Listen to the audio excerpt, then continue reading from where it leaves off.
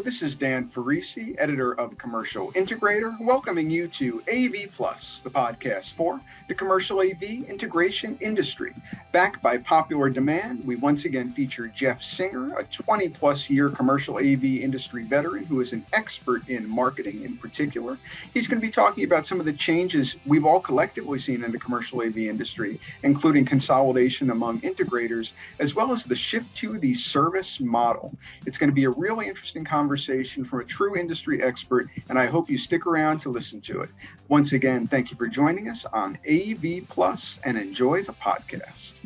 As always, please like and subscribe to our YouTube page, and please subscribe to the AV Plus podcast on Apple and on Spotify.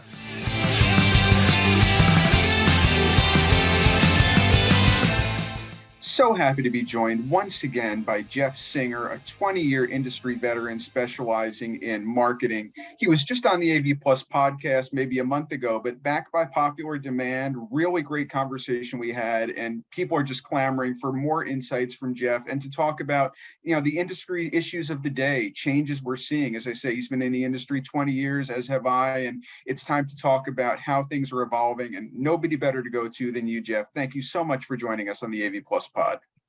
Thanks for having me, Dan. I really enjoyed it the last time and excited to be back.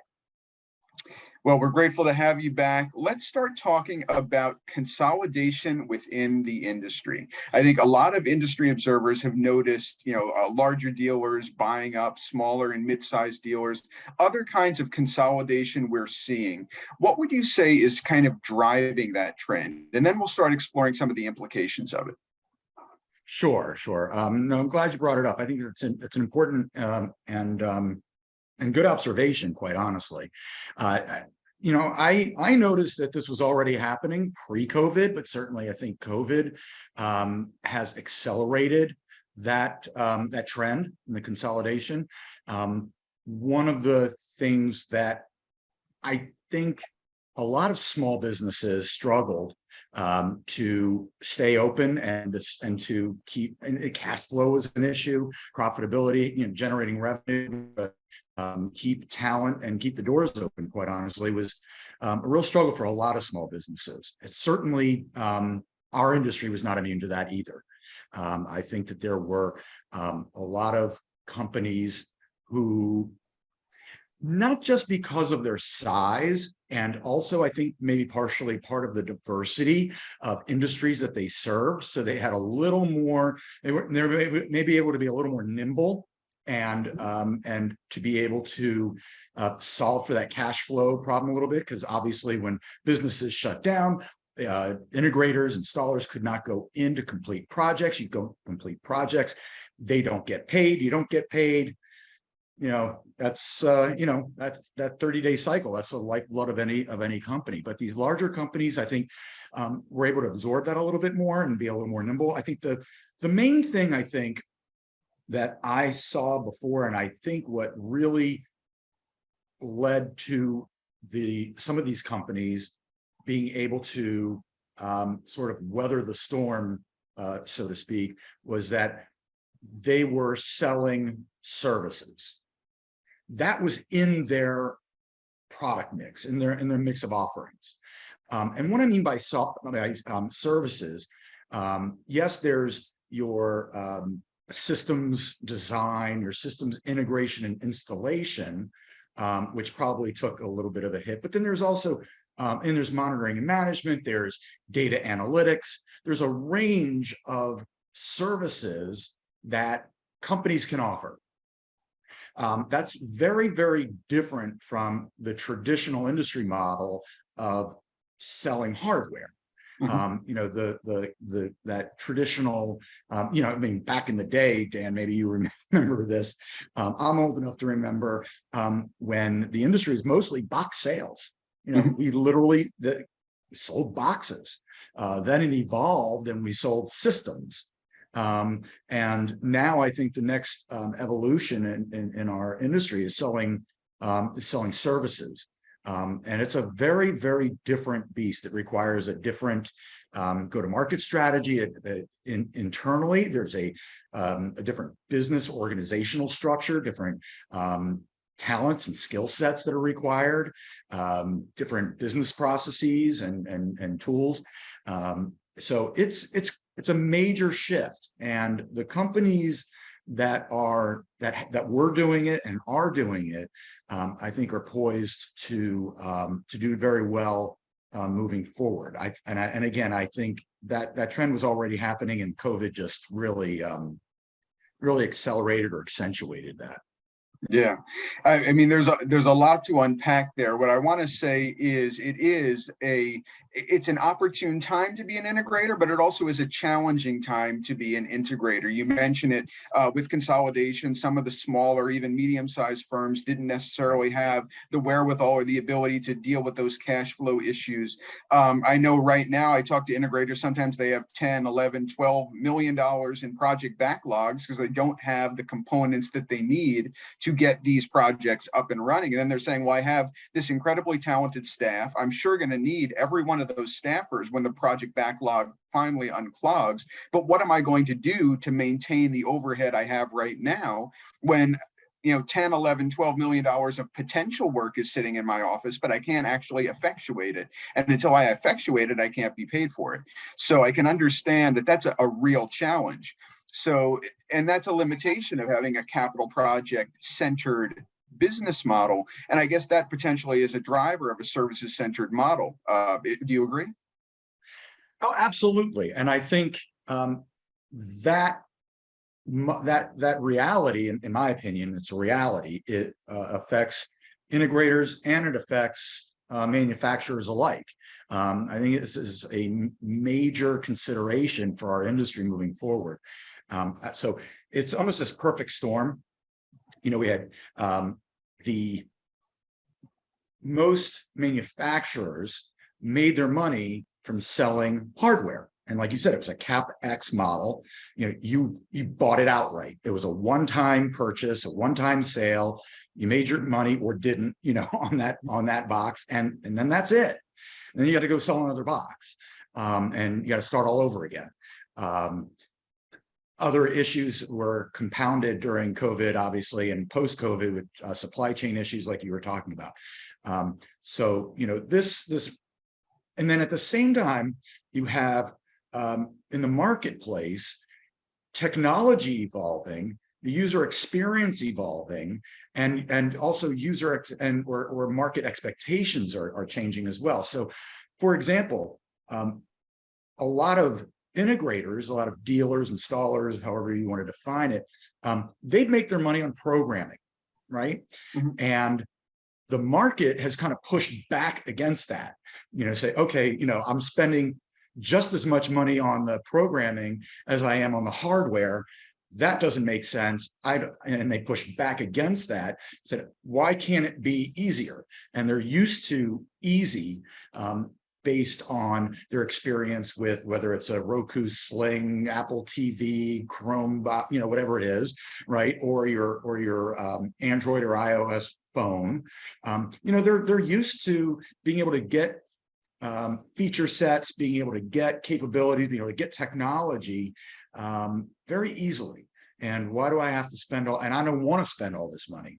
Mm-hmm. And so, then, the manufacturers are kind of caught in the middle, right? They don't want to disenfranchise the dealer channel, and mm-hmm. that's how they know that's how the dealers are making money. By the same token, people don't want to buy their products if they're difficult to install and program. So, it's really, it's a challenge for the entire industry. The thing is that you can't. The customer is always right, sort of. So you kind of got to go with the flow, and you have to, and that's the whole thing about marketing and product roadmap and product development is you have to fill the need or solve the challenges that the market has, or how they perceive it or define it. So if programming and having the difficulty of integration and programming is the challenge, then we as an industry have to solve for that. So then if you're not making your money on, if it's difficult to make your money on the hardware and a CapEx model, it's difficult, or you're not going to be able to make your money and from an integrator's perspective on your programming, where's everybody making their money? And it seems pretty clear that the market has spoken, and it's software driven, and it's services. So yes, there will always be hardware. You're going to have to make hardware. That really becomes, to a certain extent, and I'm not saying this happens overnight, I'm not saying it's 100% shift, but I think it's a significant shift that companies really need to be planning for and thinking about. And that is, the hardware really becomes your infrastructure. It's your plumbing. The hardware, you might buy it outright, but you might just have that as even hardware as a service. Think about, back in the day when you had a cable box. When a new cable box or a new feature, or when it went from, up to HD and 1080p and 4K, you had to swap out the box. Well, your local cable provider didn't say, well, now you need to go buy a new box. No, they just swapped it out because they're really selling the services.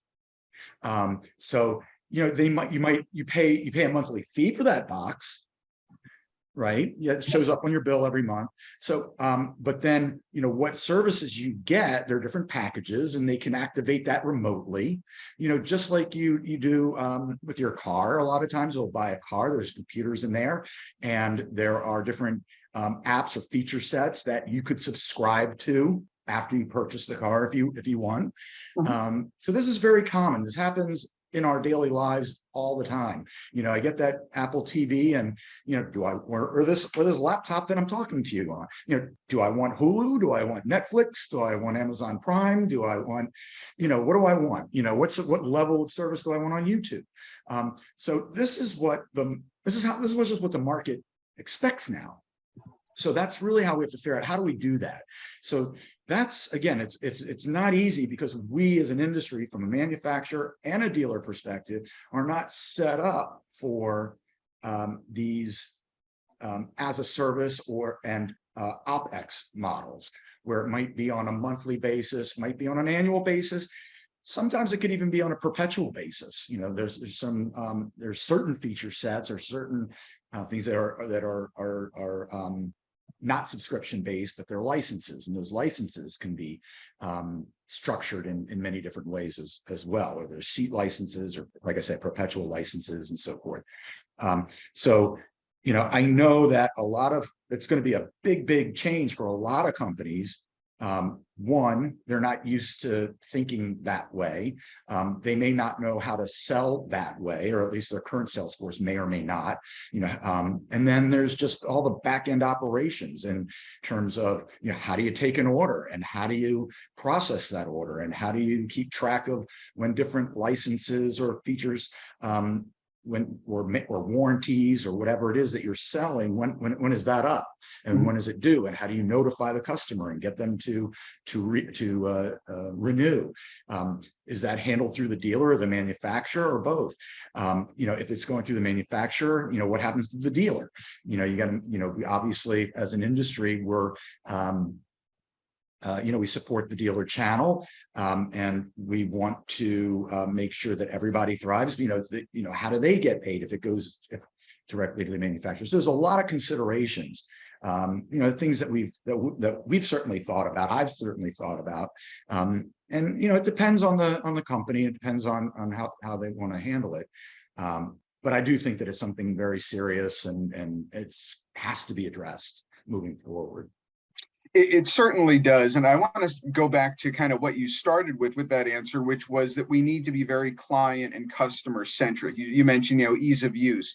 And then you mentioned the fact that we are now accustomed as consumers to the subscription model. I mean, I think about myself. We subscribe to Apple One, we subscribe to Netflix, we subscribe to Prime Video, we subscribe to a whole bunch of things that are, the Microsoft Office suite. We do not own them. There is no element of ownership. You're simply subscribing or renting, whatever the case is. You're subscribing to a service. And I think it is very, very difficult for a lot of integrators who have made their bread and butter for decades on a capital business model to think, well, how am I going to move away from a capital business model when that has given me millions of dollars and supported my staff of 40 people or 50 people for all these years.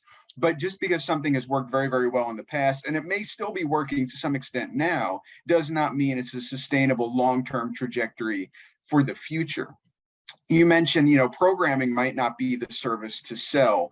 Do you have ideas on what could be long-term, successful, sustainable services that integrators can sell? Is it, 24/7 remote monitoring and maintenance? Is it the idea that, your client is a hospitality venue, they're going to hold a Super Bowl party, and if the Super Bowl party, if something happens in the third quarter and they need something fixed now, someone from your team is going to get off the couch, turn off the Super Bowl in their house, and they're going to fix it now? Is that the kind of thing that they should build their model on? What would you recommend? Yeah, I touched on it earlier, but that's a really good point. And again, I think it's about offering a variety of services, because different clients will take advantage of different types of offerings based on what their internal capabilities are and what they're willing to or able to absorb themselves. And by the way, that may change over time as well. So first of all, yes, the service that's sort of table stakes, but there are ways to do those things that where you can differentiate, right? Remote monitoring, remote maintenance, remote help desk. Those are buzzwords that look and feel very different depending on who's offering them and how they're delivering them. So we can go very deep on this, but I would say absolutely, remote monitoring and remote management and remote support are absolutely essential. I think once everything is remote and software driven and cloud based, there can be deployment is part of it, because a lot of it is about feature activation. Maybe you're going to activate digital signage capabilities. Maybe you're going to activate wireless presentation or wireless conferencing, or maybe you're going to activate AV over IP capabilities on the network, through the infrastructure that's in place. So I think there's so yes, I think it's deployment. I think it's all those things. I think what's also really, really critically important is going to be data and data analytics. Who's using what technology? How's the technology being used? When is it being used? When is it not being used? There's a lot in place now, especially with real estate. What is the capacity? What is the occupancy density? What is the frequency? I think a lot of clients, I think that's very beneficial to clients. There's a lot of value there that the dealer can offer. I think it benefits the dealer also in that you then can use that data as something objective and quantitative to then take back to the client and say, hey, you have a need here, or there's an opportunity to gain some efficiencies or productivity or what have you based on the analytics, and you can sell additional hardware and services, presumably to your client and add more value. But just gathering the data, providing the data, even providing a summary report of the data or dashboards, giving them dashboards like a Power BI type of a thing, I think is tremendously valuable. So, and there are a lot of companies out there that are moving in that direction and are trying to do that by, getting all of their own devices on the network. Mm-hmm. And then being able to monitor and manage and collect data about their devices. There are some dealers out there that are leveraging some of those tools, augmenting or supplementing some of those tools in the background to be able to provide more data analytics, more dashboards for their clients. Because then that gets back to the user experience that we were talking about, right? It's making it it's not just turning the lights on and off or conferencing or digital site. It's being able to, it's for them, even if they're do their own monitoring and management, giving them the tools to do that. They can subscribe to that. You can provide the dashboards for that. You can provide the back-end capability for them to do that. They may not want to do that, and then you can offer those services as well on top of that. So again, there are different levels. I think we need to be open to all of those things. I think sometimes in the past it's an all or nothing, like, well, we're going to be providing those services. Well, I don't need you to provide those services, but I'd like to be able to monitor and manage, so, I think, we'll give them the capability. You can charge for that, and at a certain point, maybe you could take that over for them. Again, that's up to you as a dealer, to provide is to prove the value, right? And to offer it. The challenging part is that for clients, the unicorn that they're chasing, and I think everybody knows that they're pretty realistic in that it is a unicorn. It is a single pane of glass to control, monitor, manage, maintain everything on the network from that single pane of glass. I think we all know that that's probably that's the ideal. That's what we want to move toward, and the closer we get to that, the better. But that seems to be overly optimistic. That's the ideal, but we'll never quite get there. But companies, dealers especially, that can consolidate and bring all the different systems together on a pane of glass, that's not just a single manufacturer, because there's no, I've worked for big manufacturers, and even we know that even if you have a very broad and diverse portfolio that it does a lot of amazing things, there's no one company that makes everything. At some point, you're going to need to put a display. You're going to need to put somebody else's thing is going to need to be there, right? And even if you start bringing in things like, which is a whole other ball of wax, where you're starting to get into like life safety, like the elevators, the escalators, the alarm systems, the security systems, and things like this. The laptops, so forth. So, those will probably need to be on a different pane of glass. But companies like there's a company out there, small company, that's doing some really interesting things. Excite, they're doing some really interesting things about providing that back end to be able to do all of these things that we're talking about to a myriad of different manufacturers and types of hardware and services. So that's kind of, no pun intended, that's very exciting to me, because I think that's where the market wants us to go. I think, again, as an industry, we're still we're a little bit siloed. So it'd be interesting to see how it can come together. But also, as I think about it, all those silos, I think that might consolidate as well, because I'm thinking about that IT has already gone through a lot of what we're describing. So if we use IT as a model for the AV industry, we can, I'm not a fortune teller, I don't have a crystal ball, but that's probably a pretty good model to kind of give us a clue as to what the AV industry will look like in the future.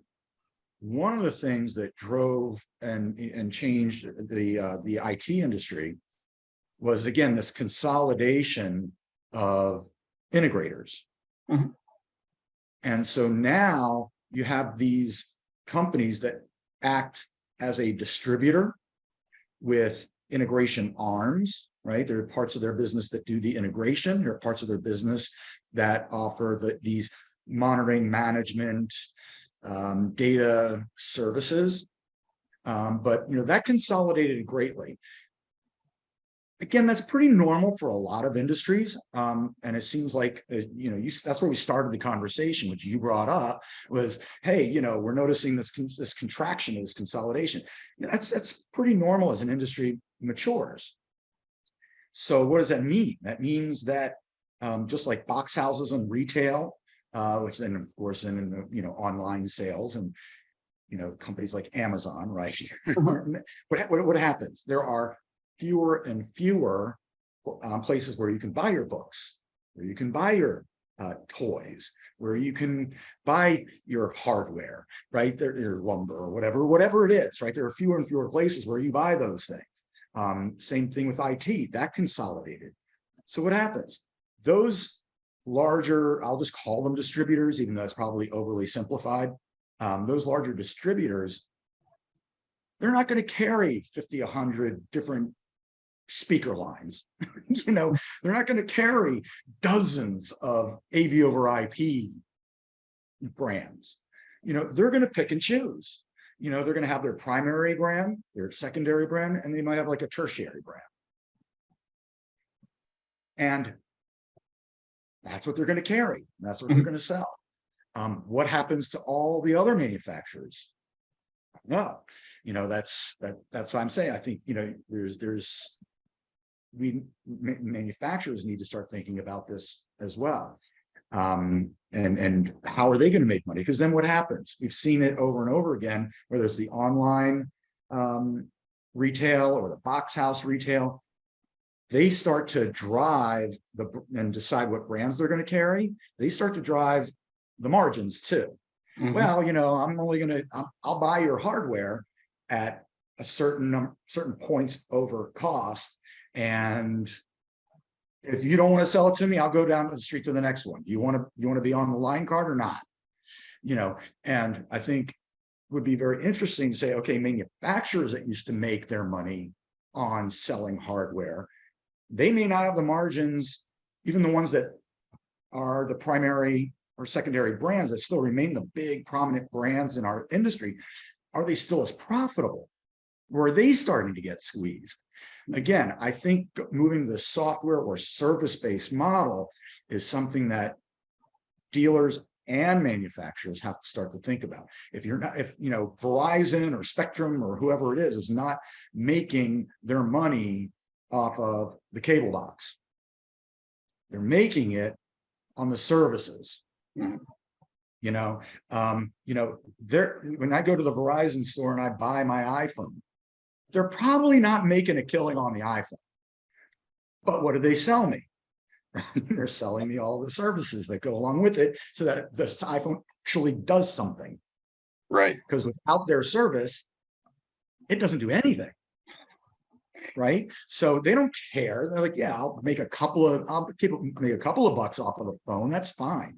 But I want to push out as many phones out into the market as I possibly can because I'm making money on the services. I know we've already gone about a half hour, but I can't resist just asking one more question of you. So you're talking about the idea that not only have integrators been squeezed, and they have for a long time in terms of margins, but manufacturers themselves are potentially being squeezed at some of these junctures, or may soon be in the future. And the idea of shifting to kind of as you say, the service model or the as a service model, which potentially has the virtue of recurring revenue and higher margins.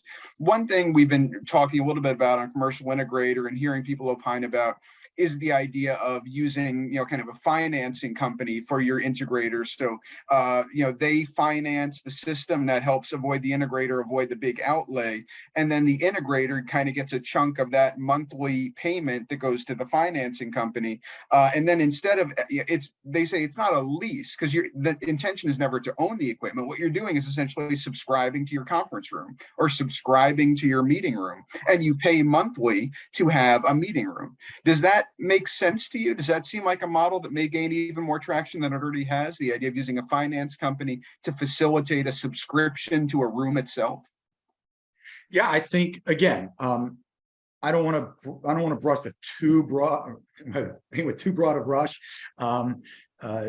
because what might make sense for one company doesn't make sense for another. But I think that there are companies out there that using a finance company, a third party, could be a great solution, or even a bridge. It might be a short midterm solution until they can grow or get the figure out how to do it themselves internally. But yeah, I think the idea of a finance company is a good one. It's something we've been hearing ever more about. And it does, as we talked about earlier in the conversation, people are primed for the idea of subscribing to a whole host of services and kind of intangible things like subscribing to Netflix. But yeah, I think you also potentially can subscribe to a tangible thing like your conference room or like your meeting space or something like that, Sure. with the idea that you're never going to own any of that equipment, because 3 years from now, when you pay off the financing company, it may no longer be state of the art, but simply that you subscribe to it. And while you have it, you use it. And then when the subscription ends, you subscribe to a new conference room, something like that. Exactly. And then the idea is, and again, those subscriptions or they could be subscriptions, it could be licenses, it could be activation fees. There's some financial and legal ramifications and how you structure those things. Again, leave that up to the individual companies and what works best for them. But again, it could be monthly, it could be annually, it could be, right now there are a lot of like schools, for example, are on buying cycles, say every 3 or 5 years. You could do it on the same cycle like that. And so, they just swap out the equipment or they upgrade their feature sets. And so what happens is, in that case, what I've heard some companies doing or considering is, okay, you're going to buy the software, and you're not going to buy the software. You're going to subscribe or license it. It might be a 3-year license, a 5-year license. You have it for the 3 or 5 year period. Mm-hmm. And then as there are updates to the software over the 3 to 5 year period, you get those free. That just becomes part of your license. 3 to 5 years from now, they're going to come out with, say, version 2. Now, you can either stick with your version 1 and, hopefully they continue to support that, right? It doesn't go away, hopefully. Mm-hmm. But if you then want to upgrade to version 2, well, then that's a new lease or subscription or license or whatever it is. Right. And you buy into that. And then in that way, it's still on that same buying cycle, but it's less about, like, to your point, it's just you're not buying it outright. It's not a huge outlay of money all at the same time at one time. You don't own it. And it gives you a lot more flexibility. Well, this has been a really wide-ranging and illuminating conversation. I'm going to try in the next minute or so to kind of just summarize things and let me know if I've kind of captured the thrust of what you're saying. You and I, as I said at the outset, have been in this industry around 20 years in both cases. And boy, has it changed a lot in that time. And just in recent months and years, especially during the pandemic era, we've seen a whole lot of consolidation within the industry. A lot of those small and mid-size integrators in particular have been dealing with cash flow issues, having a big built up project pipeline, not being able necessarily to execute on those projects, and then running into issues, making sure that they can keep their companies afloat. And I think what we're collectively suggesting, and commercial integrators certainly suggested, is embracing a service-based model versus a CapEx-based one-time sale model may be a solution if you get full buy-in from your team and you do it intentionally, you do it mindfully, you do it in a committed way.